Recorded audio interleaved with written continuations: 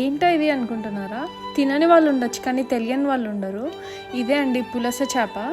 Actually దీన్నైతే ఎప్పటి నుంచో తినాలనుకుంటున్నా, కానీ ఒకరేమో 25,000 అని, ఒకరేమో 28,000 అని ఇలా చూడడమే తప్ప ఇప్పుడు తినలేమో అనుకున్నాం.